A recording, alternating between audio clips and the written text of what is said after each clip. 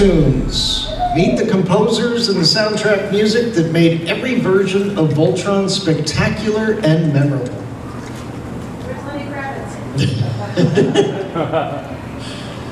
So let's start with Voltron, Defender of the Universe. Of course, everybody's familiar with the iconic theme that John Peterson wrote. John Peterson was originally a jingle writer, and he got hired by World Events Productions to make the theme for Voltron, Defender of the Universe, because Ted Koppler wanted something that was catchy.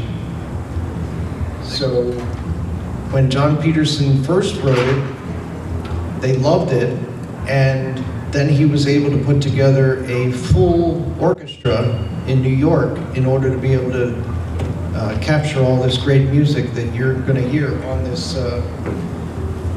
Voltron Defender of the Universe soundtrack. By the way, towards the end of this panel, we are going to have some questions, and we will be giving away 3 soundtracks and 2 Let's Voltron stickers. So if you already have a soundtrack, you can get a sticker. So when they did Voltron Defender of the Universe, John Peterson got that orchestra together. They had many sessions over like a 2-week period, and they got all the music down for everything for the soundtrack. And this is the music that Dale Shacker was then going to use as the music supervisor for Voltron Defender of the Universe. I don't have a picture of Dale Shacker, by the way. Have you ever seen a picture of Dale Shacker? I have not. Yeah.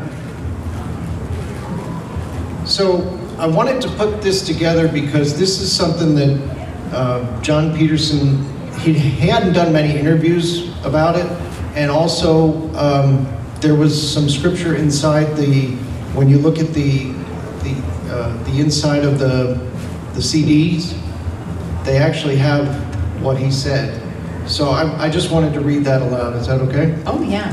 So Voltron was a completely new experience for me at the time. I learned a lot from that project. Having never written for an episodic television production before, I was given the opportunity to demo a theme for what was described as an animated action superhero cartoon series. World Events had bought existing Japanese anime that was re-scripted for an American audience.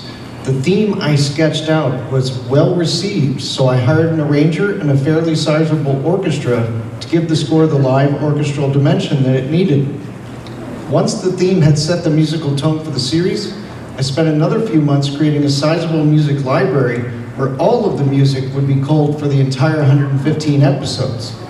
I would create many different mixes and versions from all the mood music in the library and supply the music editors with anything else that they needed as they edited the series.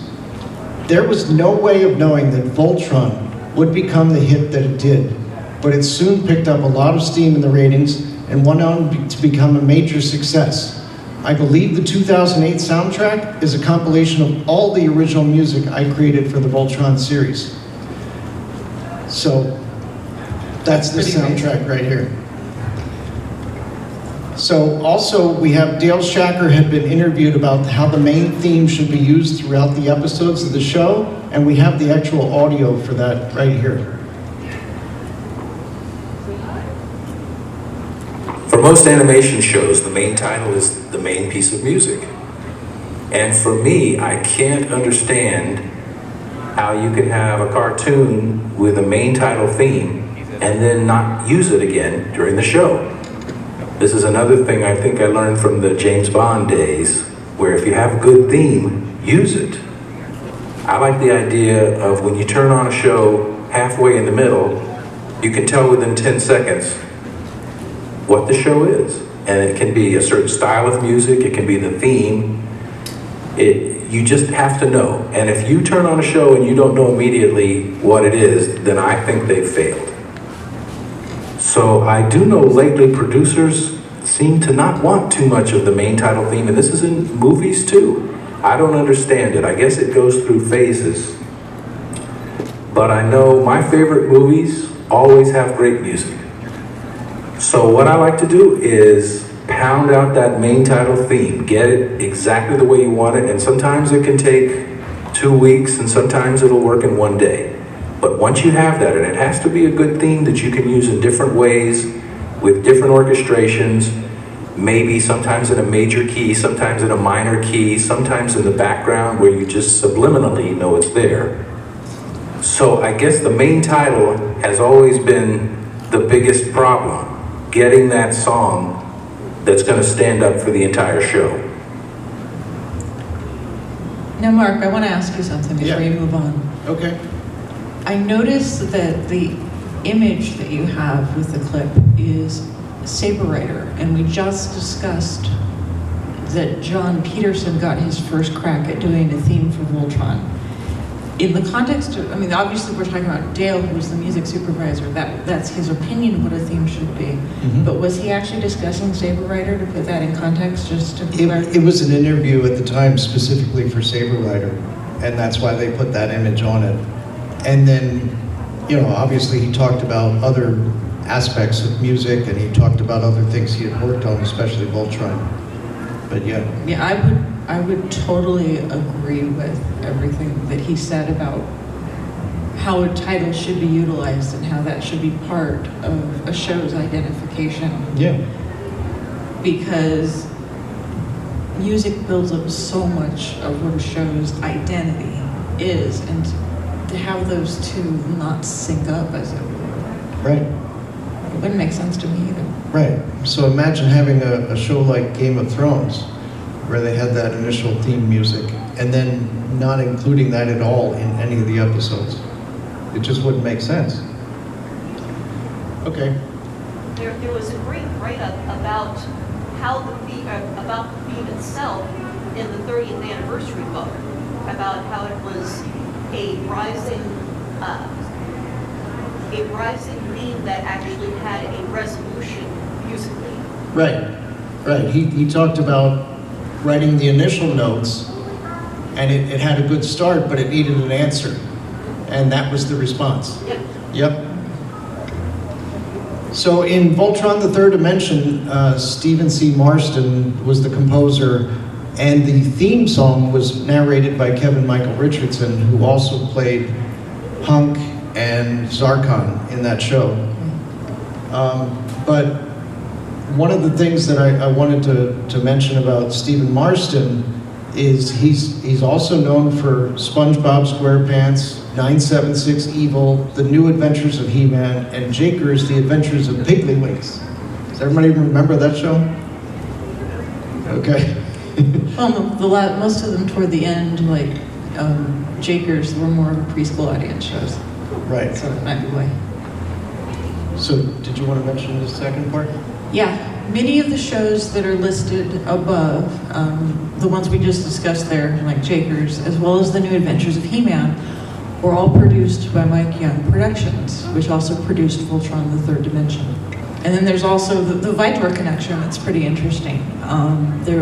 Vitor was originally a miniseries done as a co-production with World Events and Calico. It was a 4-part miniseries. And Dale Shacker, who we previously discussed, did the music for the miniseries. But later on, they took all the 4 parts of the miniseries and made it into a standalone movie, re-edited it, had new actors, new music, new effects. And when they did the music for that version, that's when Stephen Marston was brought into that. And that re-edit was also done by Mike Young. In fact, it was the project, I believe, immediately preceding Third Dimension, not including the new titles that they did for the redistribution known as The New Adventures of Voltron, which basically was a repackaging of the original episodes that Webb had commissioned for the 1984 series. And we had Stefan Andrews and Hal Beckett did most of the music for the show, but the main theme song was done by Swizz Beatz. Stefan Andrews is also known for Sonic Prime, Lego Jurassic World, Legend of Isla Nublar. Did I pronounce that right? I believe so. Okay. And Mega Man Fully Charged. Hal Beckett's most memorable project to date for him has been writing reflections for the Kamloops Symphony, a 40-minute work for soloist, choir, narrator, and orchestra featuring British Columbia folk songs. It was commissioned for British Columbia's 150th anniversary. So I have here a little video that has Swizz Beatz thoughts on making the theme song for Voltron Force. No, I didn't use any samples in the on the song because I wanted to come with something original. Even though people know Voltron from years ago, I wanted to come with something with a new, fresh feel, something that was just like now and energetic, and you just can go crazy too. I was off and on, like, you know, I was picking like new tracks every day. So I went like a week straight, you know, with just going through different tracks. And then I had this song on my album called Rock and Roll with me, Lenny Kravitz, and Wayne on it. And I loved the way that vibe felt for the Voltron song. So I did a remake of that, and now we got Let's Voltron. If you were in the Let's Voltron panel that we had at 11 a.m. today, you would have seen a little snippet that we had from John Delaney, who was the director of Voltron Force. And he had a phone call one time with Swizz Beatz and Lenny Kravitz. And Jeremy had mentioned he was on that same phone call. And at one point, you could hear in the background Alicia Keys, who was at the time, I guess, or is still involved with Lenny Kravitz. Do you know if Alicia Keys is still with Lenny Kravitz? Not off the top of my head. I don't know. But that's who that was they were referring to. Okay. So now we move on to Voltron Legendary Defender, and we have the composers were Brian Parkhurst and Brad Breek, and the theme song was done by Alex Garingas. Brian Parkhurst is also known for The Witcher, Randy Cunningham, Ninth Grade Ninja, and Are You Afraid of the Dark? And Brad Breek is also known for The Smurfs, Gravity Falls, and The Mitchells and the Machines. Alex Garingas is also known for Trollstopia, The Boys, Fast and Furious Spy Racers, and All Hail King Julian, which was another DreamWorks one. Yes, it was. Let's talk about the official music soundtracks. So, this first soundtrack for Voltron Defender of the Universe was released on June 11th, 2008.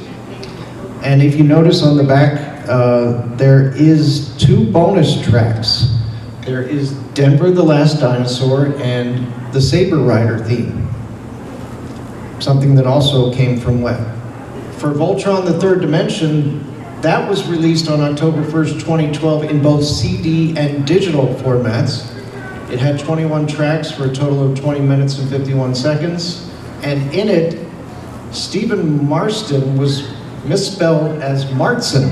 Oh. And if you tried to search for it digitally, it still said Martson out on the internet, so it would be hard to find. I'll be honest, I don't own this because I didn't know it had come out, and that could have been part of why. Mm-hmm. It can be downloaded off of iTunes.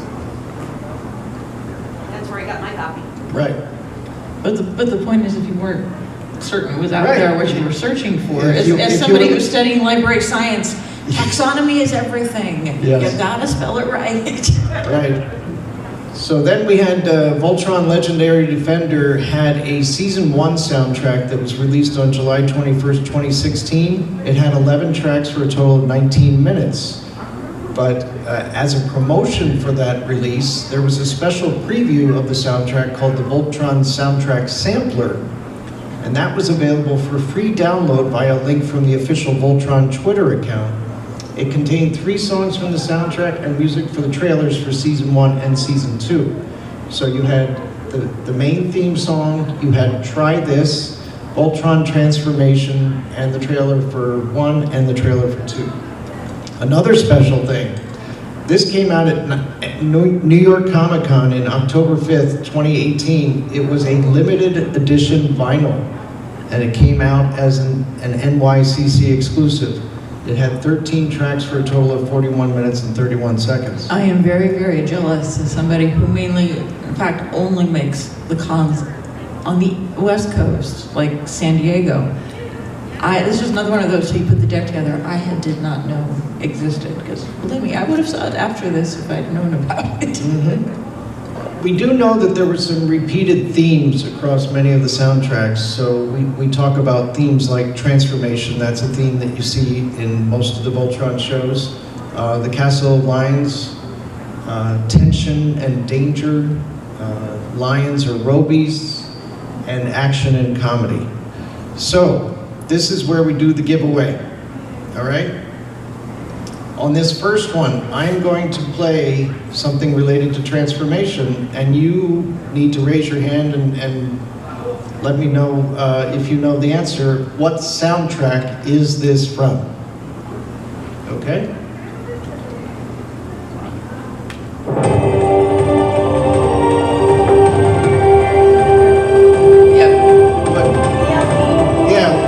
Which VLD? The season 1 soundtrack, right? Okay. Do you have a soundtrack from Defender of the Universe? Okay.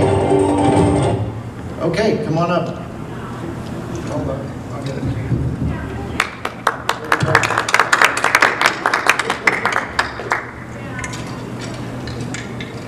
you. Okay. Second one is the Castle of Lions. Which version of Voltron is this song from? Just give me the version of Voltron.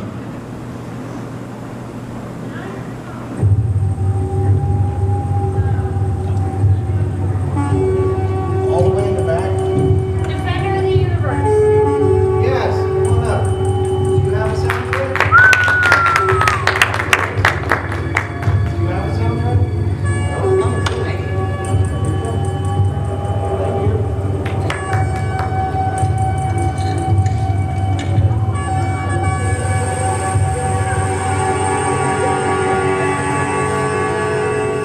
What do we got up next? Okay, so the next one is going to be about tension and danger. I need to know the name of the song. This one's going to be tough.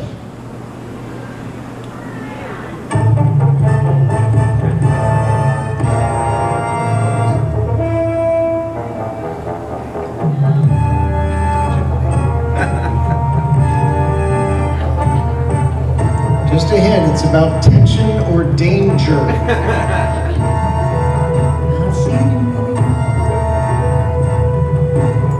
Anyone?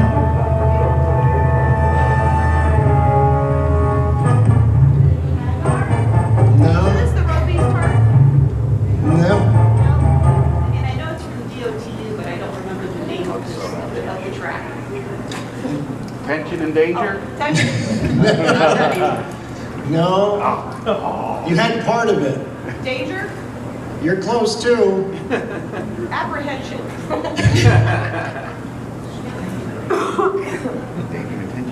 No? Okay. That one was called Dangerous. Really? Really, Mark? Sorry. All right, let's go to the next one. This one is about lions or robies. What is the name of this song?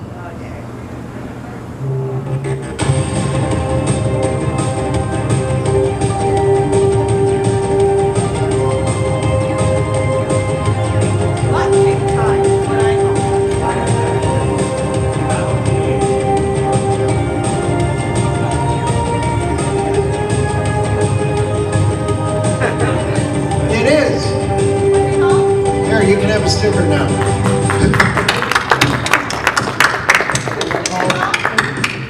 What's it called?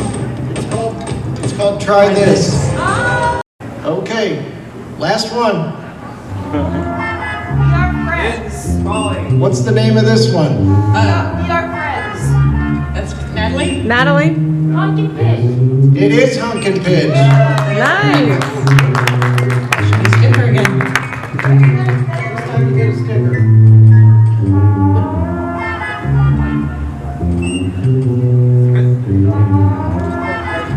Okay.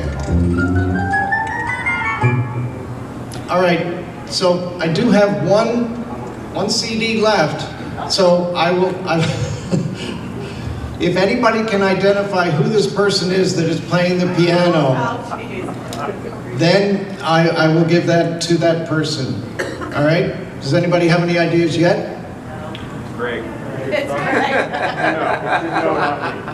It's who? His son. What? Yes, of course it is. Oh, nice, Pete, nice. That's not good. Do we get to hear it? Yeah.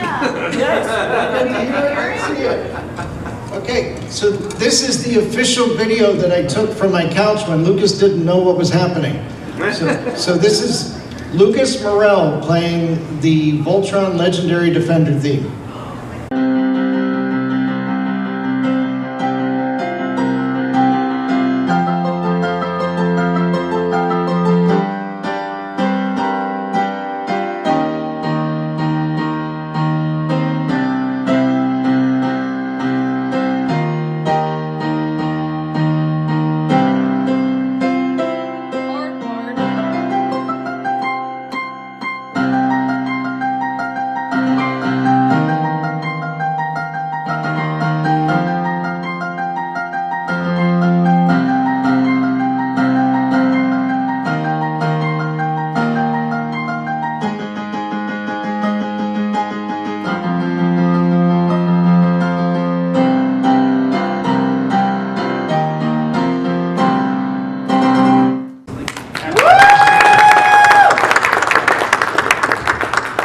So that is one of the proud dad moments. I gotta tell you. Hey, I'd like to know the backstory of how that came about for him wanting to learn to play the theme.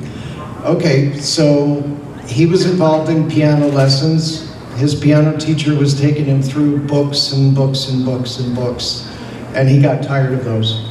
And he wanted to play music that he wanted to play.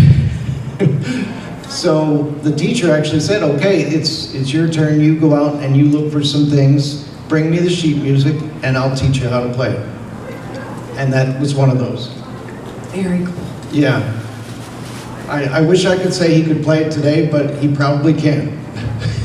He's in college right now, and he's kind of given up piano for a little bit. How was he able to find the sheet music? Is it out there? Actually, it was, yeah. There was sheet music out there. We went on one of the online sheet music sites, and we found it. Oh, Yeah, and they also have it for like clarinet and other types of instruments as well. nice. We have a little bit of time yet, so I'd like to know if anybody has questions or thoughts about what their favorite songs are. If anybody has anything they want to share. Favorite is when the lions are forming into Voltron. My favorite sequence and favorite part of the song is when that's happening. Okay. And that's interesting because we had the discussion where in Voltron Force they had tried a different song for that, and Ted ultimately told them, put in the classic one back Right. in. And again, talking about music resonating and making a difference. And Right. We're talking about that's most memorable here. Yeah, it apparently didn't work for the first half of Voltron Force, so they used it in the second half. Well, and the same thing happened with Voltron the Third Dimension, because I remember from the fan boards that people were just completely not into the music for Third Dimension because they wanted the same music from the old series, and we especially wanted that main theme at least during Transformation or something. And Ted came in and said, yeah, we're putting that back in. Again, it goes back to when we were listening to the Schecker interview about coming into something and that level of familiarity, and it just seems to be the one thing that was wanted over and over. Where is this key piece that we associate with the show? Right. Yes.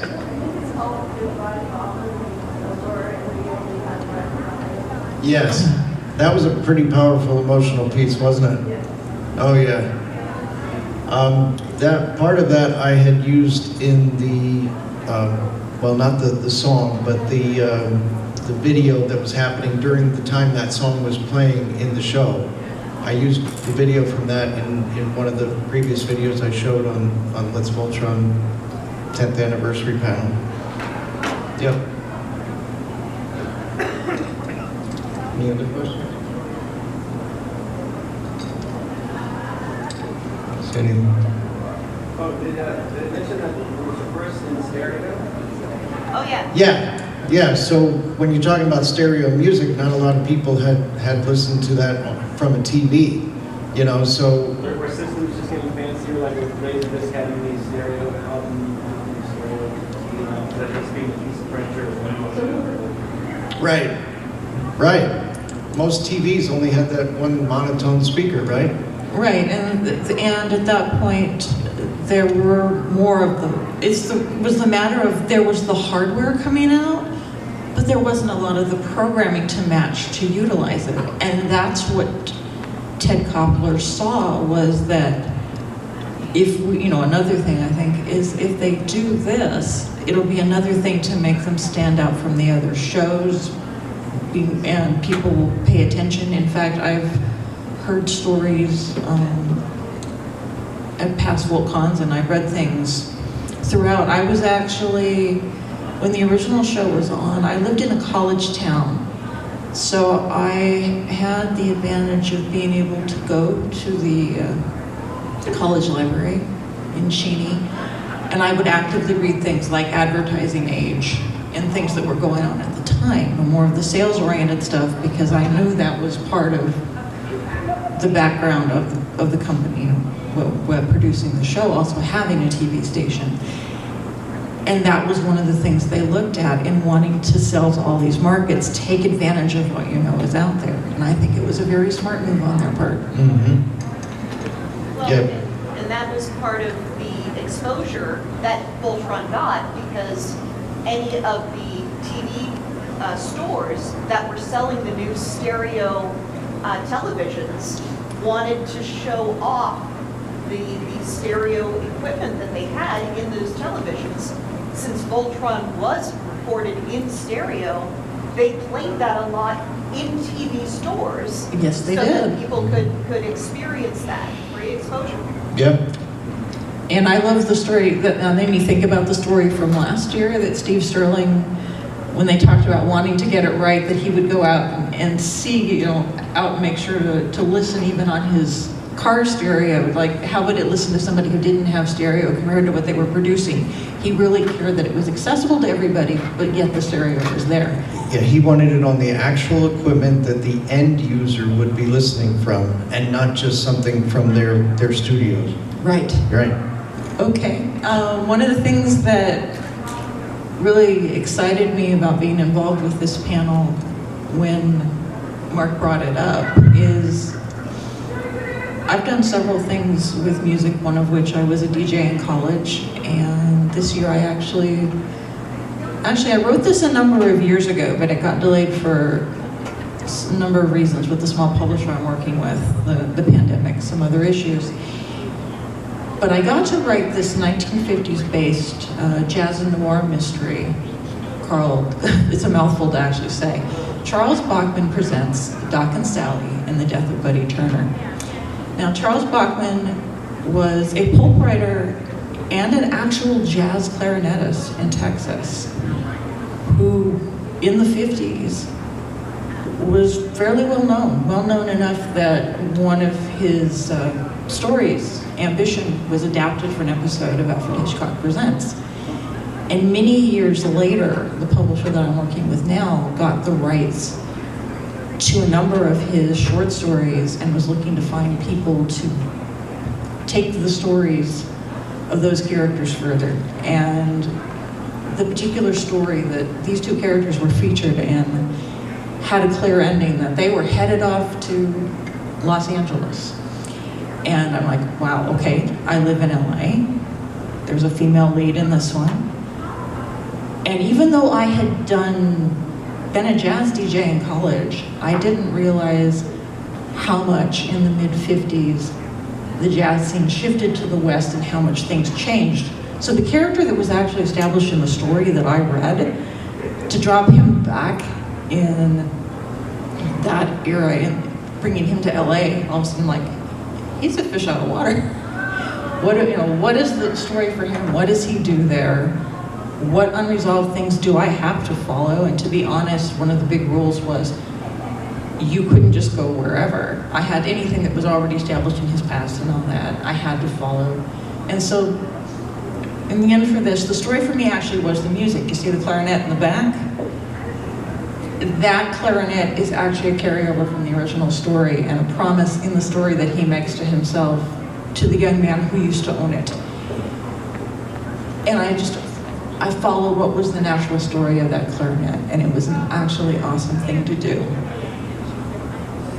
And it's, at the same time, very heartbreaking to me because the jazz station that I worked at in college that inspired me to be interested in that genre, I just got word about a month or so ago that it's going to shutter operations after a very long period of time. And it's a 10,000 watt station that reaches all the way into Canada.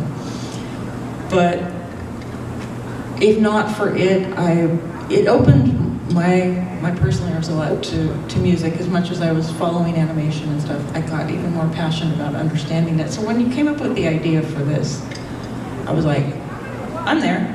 I want to do this. And I personally also, as somebody who writes, I think when you're putting a show together, that music, I mean, words are good, but music is mood. And it's funny because sometimes I think good music can help with, shall we say, less than adequate vocal delivery. Can bring the punch where sometimes, let's say, maybe not the best actors have been brought in. Sometimes music can save it, not always, but sometimes. And the universal power of music, and that I also wonder, and obviously we don't have the ability to know that, if some of Voltron's international success is that ability to even rise beyond language and beyond archetypes, if some of that played a role.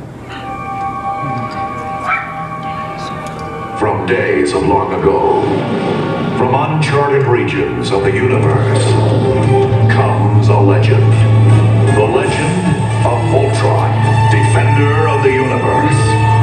A mighty robot, loved by good, feared by evil. As Voltron's legend grew, peace settled across the galaxy. On planet Earth, a galaxy alliance was formed. Together with the good planets of the solar system, they maintained peace throughout the universe. Until a new horrible menace threatened the galaxy. Voltron was needed once more. This is the story of the super force of space explorers. Specially trained and sent by the Alliance to bring back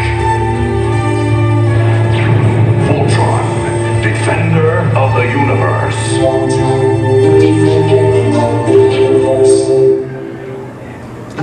It's a shame they didn't use that in the show. No, but the point I was going to make real quick when you pulled that out is the absolute power of that, and we're just listening to it. We're not hearing, seeing any visuals with that. Right. There's so much there. They don't make them like that anymore. No, they don't. So, thank you for joining us for VoltTunes.